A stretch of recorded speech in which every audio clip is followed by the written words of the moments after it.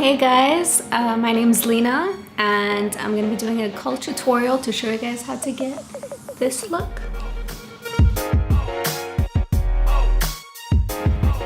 So I like to start with a dewy moisturizer because I kind of have dry skin, so I want to give my skin a bit of shine. So basically I'm from Egypt, and in case you didn't know, the capital of Egypt is Cairo. In Cairo we have the pyramids, and in case you didn't know as well, Egypt is in North Africa, and North Africa basically consists of Tunisia, Morocco, Algeria. So the local language in Egypt is Arabic, but like there's so many different dialects within that, like the Arabic region, the Middle East. And interesting enough, the main language used in songs or in TV shows is always Egyptian because it's kind of like the easiest one to understand in comparison to other dialects. So next I'm just gonna put my foundation. So basically in Egypt, we all love food. I don't think I've ever been out and I've seen a restaurant empty. People kind of just like eat for fun. I mean, it's very common in like with Arabs and people from around the world, but in Egypt, like food is just next level. Our traditional food for breakfast, people would normally have food and daish baladi, which is traditional Egyptian bread. And that bread recipe has been there since the pharaohs, and it's basically like a pita bread, but the grains are kind of still there, like it's not fully crushed, it's not like full flour. I mean, I can't personally have that because I'm gluten-free, but that's like the traditional breakfast. And then if I'm gonna talk about traditional food, there's another dish that's a very good vegetarian option. It's called kushari, and it's basically rice, lentils, tomato paste, pasta. It sounds gross, but it's actually really nice.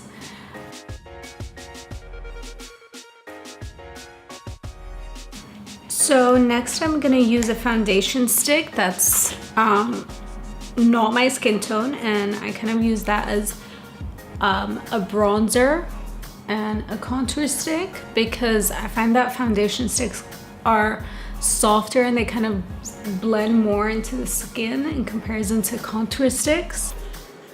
And I've been really into like creamy products, so I kind of go for whatever's softer.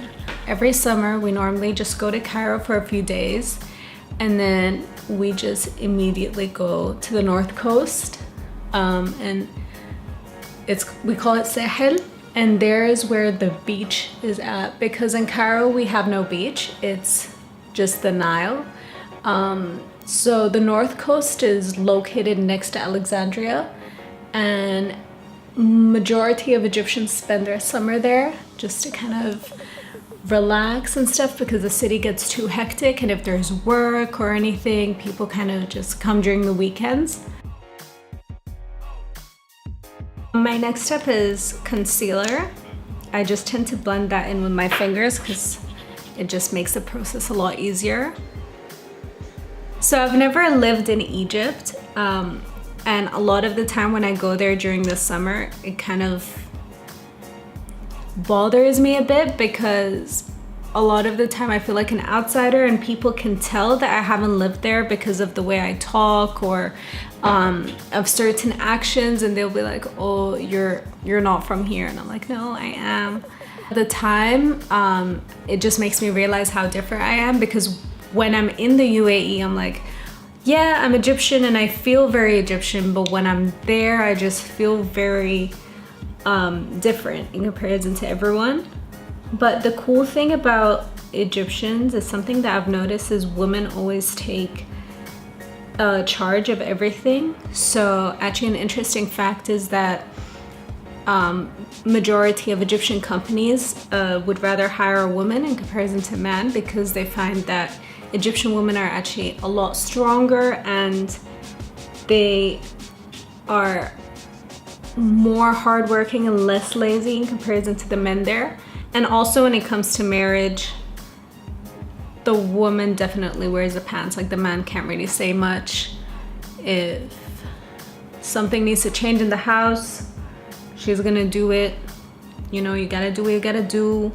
Yeah, so Egypt's quite into feminism, and they're always supporting women, which is actually really good, and it's something I really appreciate about my country. So next I'm gonna do my eyebrows. I normally put the gel first before the pencil because I kind of like to brush them upwards and see if there's any space that I like to fill in. Egyptians are loud. I think that's a sentence that speaks 1,000 words. We're so loud. And as people get to know me, I'm actually really loud as well. But first impression is loudness for sure. Every time I just land in the hospital, the airport. Every time I land in the airport, you just hear noise, and we swear a lot. And we're very angry and impatient, but at the same time, we're just known to be Ctzn, which means we're very helpful and we like to just kind of help and support the people we know. But at the same time, we're also fun, and we just don't sleep. Like I remember once my mom went to the pharmacy to get something and it was like 8 a.m. and the guy was like, okay, can you please hurry because I need to close, I haven't slept. So he was basically gonna close at like 8 a.m. to open again at around like 5 p.m. because normally people during the day are asleep. So next I'm gonna use a cheek tint. Like I mentioned earlier, I kind of like stop using powder products, and I just kind of put it on the brush so I don't put it straight to my face so it doesn't leave any marks.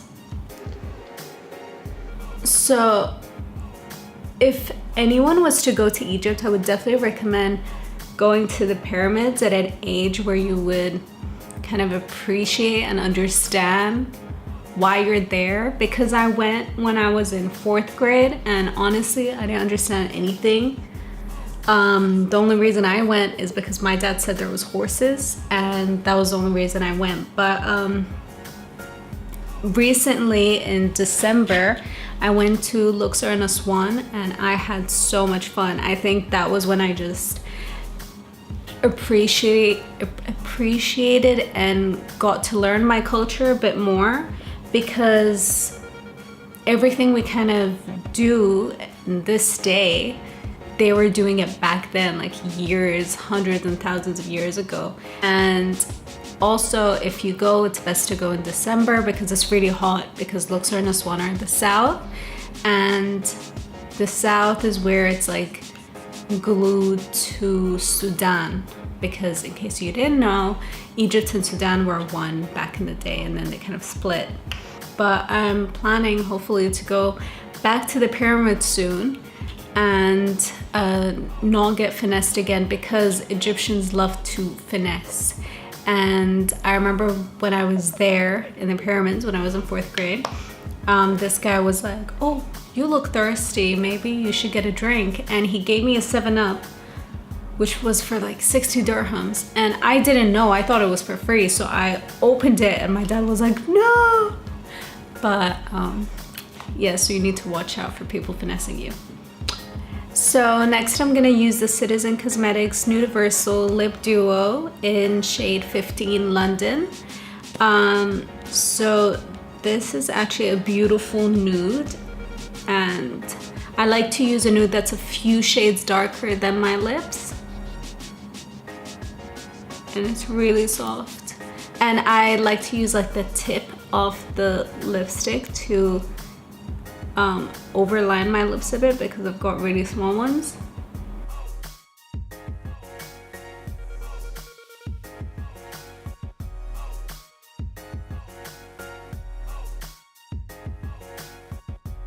Ooh.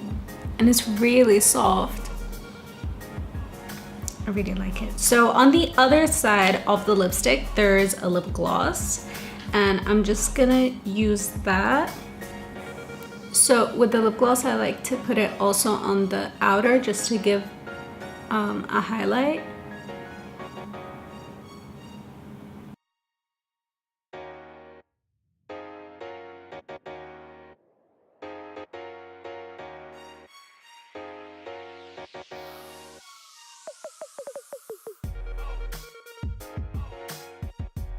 So next I'm gonna go in with the Globalm from Ctzn, and it's basically a balm that has different purposes. You can put it anywhere, and I'm just gonna put in a bit on my cheekbone as a highlight.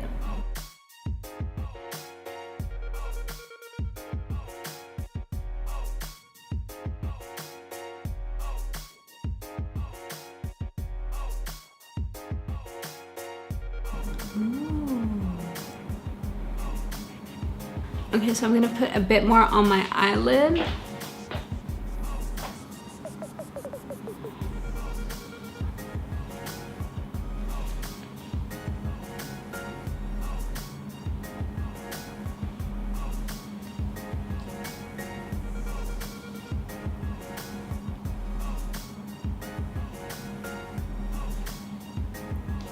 Okay, I really like it, so I'm gonna put a bit more.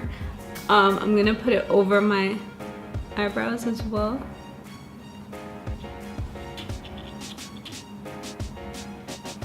And on my nose.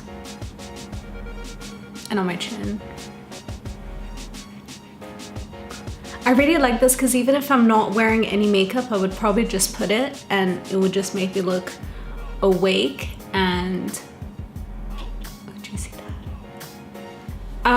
Okay, so I'm not gonna put mascara because I have a bit of my eyelash extensions left. They're not in their best state right now. I need to go for a refill, but I'm just going to use the eyebrow pencil and just use that brush and kind of just brush it so their shape can kind of like come in.